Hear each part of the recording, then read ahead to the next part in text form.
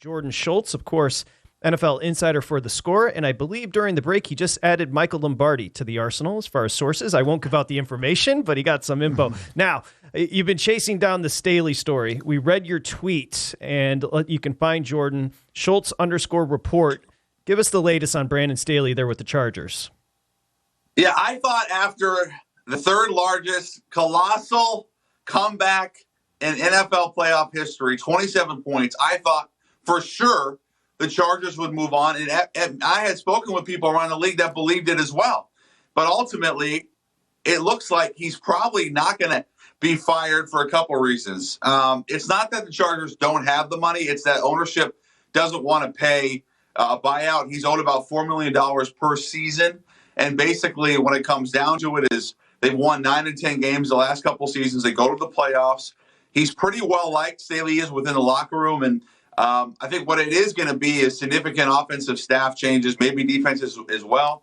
I think Mike Lombardi, the OC, is pretty much gone. But the big news of the day, and I'd be lying if I told you I wasn't surprised, is that I think Brandon Staley will absolutely be keeping his job with the Chargers. Yeah, I mean, Jordan, that surprised me because I'm like you. I heard all throughout the league that he was in trouble. I guess my next question to you, based on your sources, is where's Tom Telesco in all this? I know his contract's up, and I know there's a little bit of a rub, like there always is between personnel and coaching, that there's a little bit of a rub between the two of them. And where do you think this leads to Telesco? Because remember, the Spanos family's sons are in this business too. Absolutely, and when I was told about Staley, this was even before the Jacksonville game, that he would be coaching for his job, the rub was that Tom Telesco could be in trouble because that would mean that he would have to hire his fourth head coach with the Bolts. And let's be realistic, Michael, we don't see that very often. It's almost impossible to get 4 head coaching jobs throughout your GM tenure with one organization. So I guess this is probably good news for him, ultimately, if you're a Tom Telesco fan, because it means that your head coach stays, you shake up your OC, and you move forward. But I haven't checked as much on this over the last 48 hours or even 24. But because the Staley news to me was surprising this morning. But I think he'll probably be okay as a result. All right, let's shift here. I want to talk about Lamar Jackson with you. What's your gut instinct on what happens this offseason with Lamar instincts? Not holding you to it.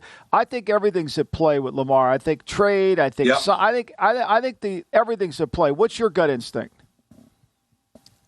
Totally agree. I thought his tweet was a little strange, where he said it was a little dark, where he said, I hope my guys can get it done. I wish I was there with them. It was just, to me, it was a little strange. And then you had, obviously they played a pretty good game. I thought Snoop Huntley played about as well as you could have expected.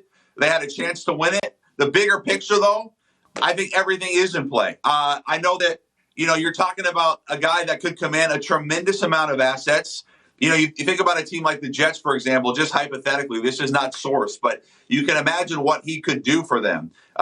Any roster that feels like they're relatively competitive, to add someone like that, a former MVP who's in his mid-20s, and I think there is some tension there. Number one, he doesn't have an agent. Sometimes that can be a problem. When you have an agent, for better or worse, he can dampen some of the negative things that a staff is going to tell you throughout the season about your contract, what you're not doing. I think there is some tension there. I think the Ravens are frustrated, and if they are going to give him that Deshaun Watson type of money, Michael, that he wants, they have to be 100% sure or close to it that his body's not going to break down, that he's going to be available, which obviously he hasn't been really the last couple seasons. So there's a lot of decisions to be made there, a lot that goes into it. But to your first point, everything's in play. Go to VSiN.com/subscribe to become a VSiN Pro subscriber today.